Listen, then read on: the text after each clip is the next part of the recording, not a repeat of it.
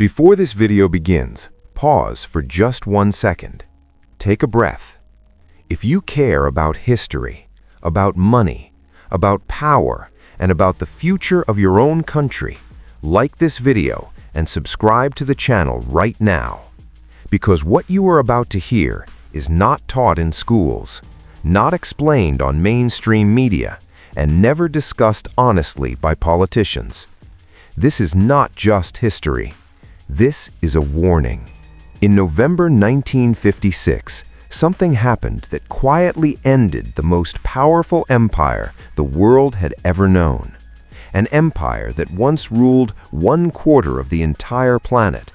An empire whose flag flew from London to India, from Africa to Australia. An empire whose currency controlled global trade for more than a century. And it all collapsed in just 11 days. Not because of a lost war, not because of a revolution, not because of an invasion, but because of a single phone call. On that phone call, the United States government delivered a brutal ultimatum to Britain. No shouting, no threats of bombs, just cold financial power. Stop your military operation in Egypt immediately, or we will destroy your currency. America threatened to sell every British pound it owned. They threatened to block Britain's emergency loan from the IMF. They threatened to let the British economy collapse in front of the entire world. Britain had no choice.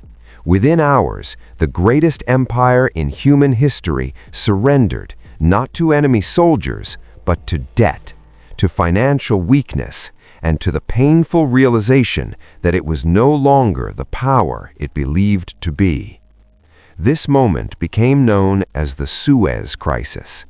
But what history books won't tell you is this: Suez didn't cause Britain's collapse. Suez only revealed it. To understand how Britain fell, you must first understand how Britain rose.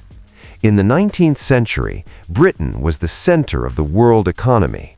The British pound was not just a currency, it was the currency.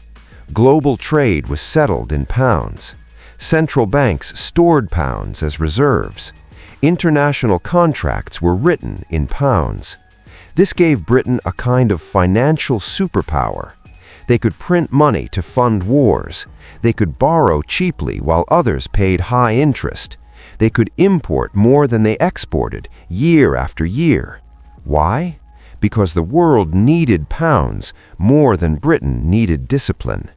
And here's the key question: what happens when a country mistakes privilege for strength?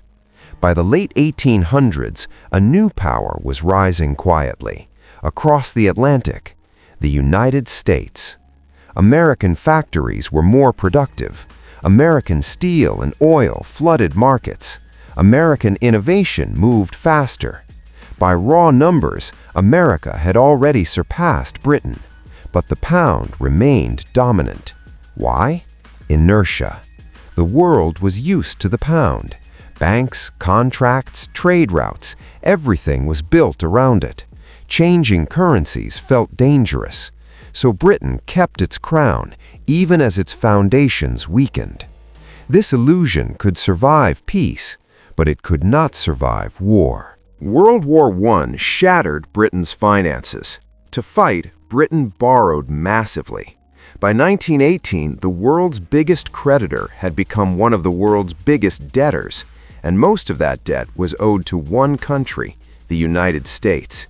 This was the turning point. Britain could have restructured. They could have accepted decline, but instead they chose denial. In 1925, Britain made a catastrophic decision. They returned to the gold standard at the old pre-war exchange rate. They wanted the pound to look strong, even though Britain itself was weaker.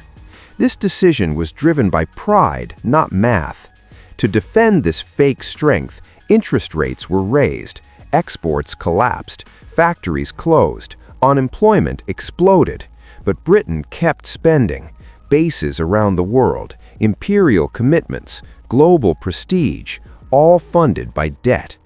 By the early 1930s, investors saw the truth. Speculators attacked the pound. They knew the numbers didn't add up. In 1931, Britain was forced off the gold standard. The pound collapsed nearly 30% overnight. The illusion was shattered, yet the empire survived. Why? Because Britain forced its colonies to hold reserves in pounds. India, Australia, Pakistan, Africa. Britain was using its empire as a financial life support machine. And this part of the story should sound very familiar. World War II finished the job. Britain borrowed again and again, over 14 billion pounds. By 1945, Britain owed more money than its entire economy produced in a year. The empire was bankrupt. It survived only because of American loans. Yet British leaders still acted like a superpower. That illusion would not last. When Egypt nationalized the Suez Canal, Britain panicked. The canal was not just water, it was power, prestige, control. Britain invaded Egypt with France and Israel.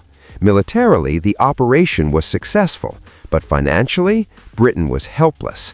America held the real weapon. President Eisenhower made the call. No tanks, no bombs, just money. America threatened the pound, blocked IMF support, forced total surrender. In 11 days, a century of dominance ended. Now listen carefully. This story is not about Britain. It is about patterns. The United States today is walking the same path. Rising debt, permanent trade deficits, military overreach, reserve currency arrogance. Britain thought the pound would always be needed. America assumes the same about the dollar. That assumption is dangerous. Empires don't collapse loudly. They weaken quietly. Then they fall suddenly. Britain learned this lesson in 1956. The question is not if America will face its Suez moment. The question is, will it recognize it when it happens? Or will it pretend, just like Britain did, that history does not apply? History does not repeat, but it always rhymes. And right now, the rhyme is impossible to ignore. I'll see you in the next one.